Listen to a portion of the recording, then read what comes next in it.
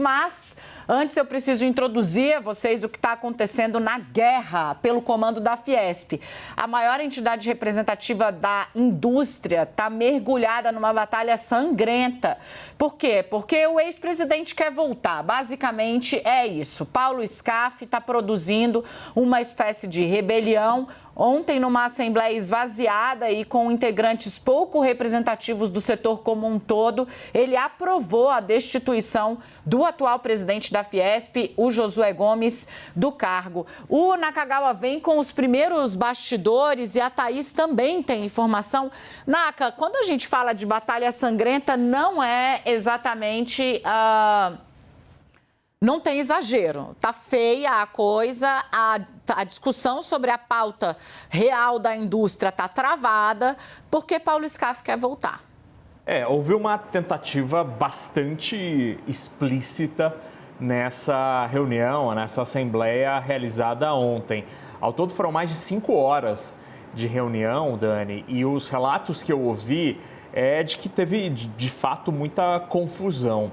Confusão entre o quê? Entre um grupo de oposição, em que muitas pessoas dizem que Paulo Scaff seria o grande nome por trás, ainda que oficialmente ele não tenha cargo ou não tenha aparecido nesta reunião ontem, contra o grupo do atual presidente Josué Gomes da Silva, o atual presidente da Fiesp, que ontem, nesta assembleia, foi destituído ou teria sido destituído. Porque os dois grupos entendem que houve ali uma situação confusa e há dúvidas se haverá um desdobramento amigável disso. Muita gente dos dois lados acha que isso vai parar na justiça, portanto, ninguém tem muito certeza. Na verdade, os dois lados têm certeza. Um tem certeza que Josué caiu, o outro tem certeza que Josué não caiu.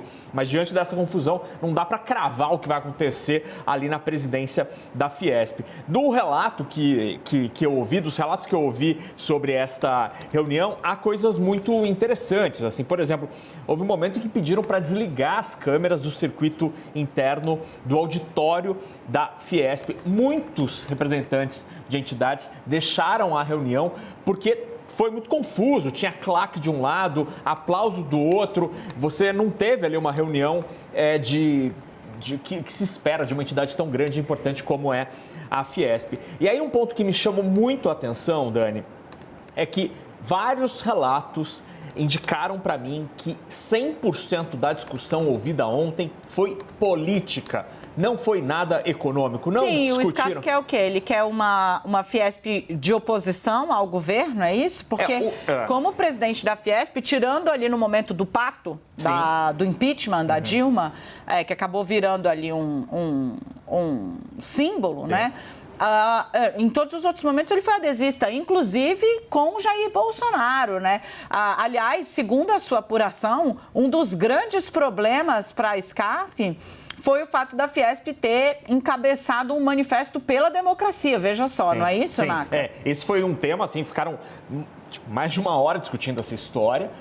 Aquela carta que teve a assinatura da Fiesp e foi lida lá no Largo São Francisco com Josué Gomes da Silva, este que a gente está vendo na tela. O que dizem, os opositores dizem sobre Paulo Scaff e esse possível plano, seria que ele quer voltar ao poder para 2 coisas. Primeiro, ter a visibilidade que este cargo dá a quem ocupa esta cadeira. E segunda coisa, é controlar o grande caixa, o caixa bilionário do sistema SES e SENAI, que está debaixo desse guarda-chuva e que para o ano de 2023 tem pelo menos aí, segundo algumas cifras que eu ouvi, 3 bilhões de reais que podem ser usados em atividades como ensino, formação técnica, profissional. Há várias iniciativas que podem ser usadas e aí você imprime a marca do presidente da entidade. E aí, muito interessante, os votos que foram dados aos 2 grupos, Dani. O que eu ouvi? Há um grupo núcleo duro de apoio a Josué, com mais ou menos 25 grandes entidades,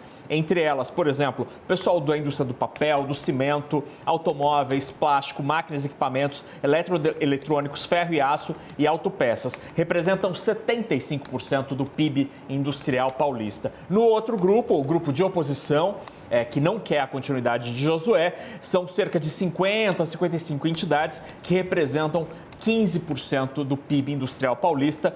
Entre estas entidades estão os representantes, por exemplo, da indústria de vassouras, pincéis, móveis de vime, cordoalha, estopa, serrarias e carpintarias. São entidades de perfil muito diferente. Agora, o pessoal está tentando entender o que pode acontecer e muita gente aposta que isso vai parar na justiça, Dani. Pois é, a Thaís traz agora, se junta a nós aqui, mas para mim essa informação ela é crucial, né? Veja como é que está acontecendo, né? Juntaram essas entidades que representam esses setores menos significativos para a proporção do PIB da indústria em São Paulo. Vassoura, como é que é, Nakagawa? Pincéis, estopa, cordoalha, nem sei o que é cordoalha. Vamos pesquisar. Tá. E do outro lado, você tem o pessoal da área de celulose, tecnologia, com o Josué, mas, obviamente, essas entidades de setores mais específicos, digamos assim, né, das vassouras, dos pincéis, elas têm mais número do que essas gigantonas, né? As gigantes representam 70% do PIB paulista, mas são cerca de 20 entidades, e as pequenininhas representam 15% do PIB paulista, mas são muitas entidades. Thaís Arbex, você está em contato com o pessoal dos dois lados, conta pra gente o que vem por aí. Dani, eu vi um relato muito parecido com o que o Naka nos traz e especialmente no que diz respeito a essa disputa terminar na justiça. Já há um indicativo ali de Josué que ele pretende sim judicializar essa Assembleia para tentar reverter essa destituição. Qual que é a avaliação de pessoas bastante próximas a Josué? Que ele tem um grupo forte do lado dele, não numericamente, como vocês dois já detalharam, mas um grupo expressivo e que isso deve fazer a diferença. E mais do que isso, que todos esses artifícios que foram discutidos na reunião, como, por exemplo, aquele texto a favor da democracia, que foi pauta de debate, foram classificados por aliados de Josué, para mim, como uma cortina de fumaça, para tentar encontrar uma desculpa para tirá-lo do cargo, quando, na verdade, tem muito a ver com o que o Naka já disse. A retomada do poder, a retomada do controle da Federação da Indústria do Estado de São Paulo, e aí o seu uso político e a sua projeção política para os próximos passos. A gente precisa lembrar que Scaff ficou bastante tempo na direção da Fiesp, 17 anos, né, Naka? Acho que esse é o número. Mas, eu acho que é esse o número. Foi um momento assim, tipo, eu não lembrava de outro presidente da Fiesp, por exemplo. Sim, e aí a gente também tem que lembrar que durante todo esse período de presidência da Fiesp, Paulo Scaff disputou vários cargos políticos, Dani. Disputou governo, disputou Senado. Então, ele teve uma atuação política bastante forte. Mudou várias vezes de partido. Né? Exato. Sai exatamente por conta... todas as vezes em que ele deixa, ainda que momentaneamente, a presidência, é para fazer essa disputa política e mais, né? Sim. No caso aí... É por isso que eu não estou conseguindo entender esse argumento central dos que querem afastar Josué, de que, bom, ele tem uma posição política, né? Então, a Fiesp, de saída, não vai ser oposição ao governo de Luiz Inácio Lula da Silva, porque esses setores não estão rasgando dinheiro, não estão fazendo nada. E no caso de Scaff, ele tem não só uma atuação política muito bem determinada, como tem uma passagem por uma gama imensa de partidos. Assim, por exemplo, Scaff foi do PSB e concorreu a cargos pelo PSB do vice do Lula, Alckmin. Então, assim, de um partido que tem o socialista no nome, esse sim, né, até o bolsonarismo, é essa gama de atuação dele formalmente na política. É por isso que eu estou com dificuldade real de entender a raiz do argumento. E aí, Dani, se me permite, assim, conversando hoje com algumas entidades de grande porte que apoiam a continuidade de Josué, há completa falta de compreensão, de racionalidade sobre o papel da Fiesp como entidade industrial na discussão econômica que se faz presente agora sobre a reforma tributária. ontem, horas antes dessa confusão, Geraldo Alckmin, ministro do Desenvolvimento, esteve no auditório da Fiesp. Vice-presidente da República, exatamente, né? Para anunciar que o IPI não iria aumentar porque eles querem o apoio da indústria para a reforma tributária. E se tem um setor da economia brasileira que tem mega interesse na reforma tributária, é a indústria, porque, em tese, será o setor que vai ser mais beneficiado com a simplificação e a redução de alíquotas. Então, não faz sentido racional você ter uma posição política pré-determinada. Hoje é a hora de sentar na mesa para discutir a reforma tributária. Não é fazer oposição ou ser base. Você tinha que discutir os interesses reais da indústria. Naka, ontem, desculpa, Dani, só para complementar, mas essa agenda do Alckmin, ela era considerada bastante determinante pelas pessoas próximas a Josué.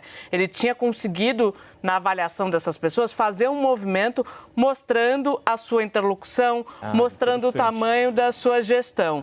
E o interessante é que, na mesma mesa, estava Michel Temer, o ex-presidente da República, que o quê? Está num dos conselhos da Fiesp.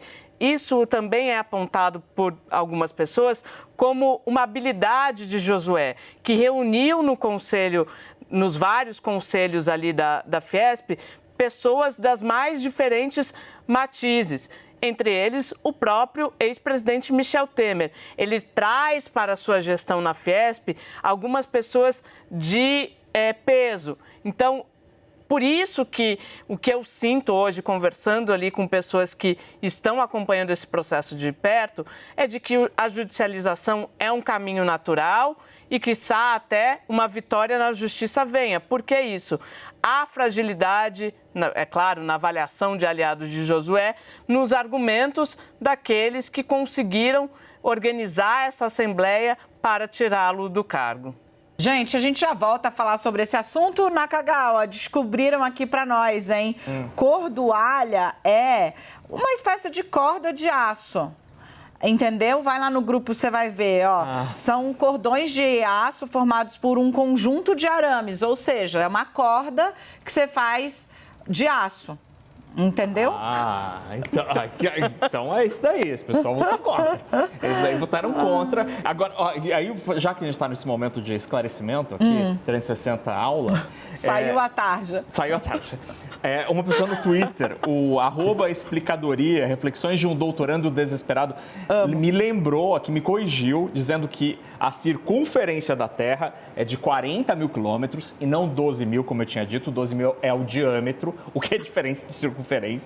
Portanto, a malha de linha de transmissão do Brasil dá para dar 4,5 voltas na Terra e não 10, como eu tinha dito. 360 é muito cultura e você, telespectador, é maravilhoso. Maravilhoso. Já volto com vocês, gente.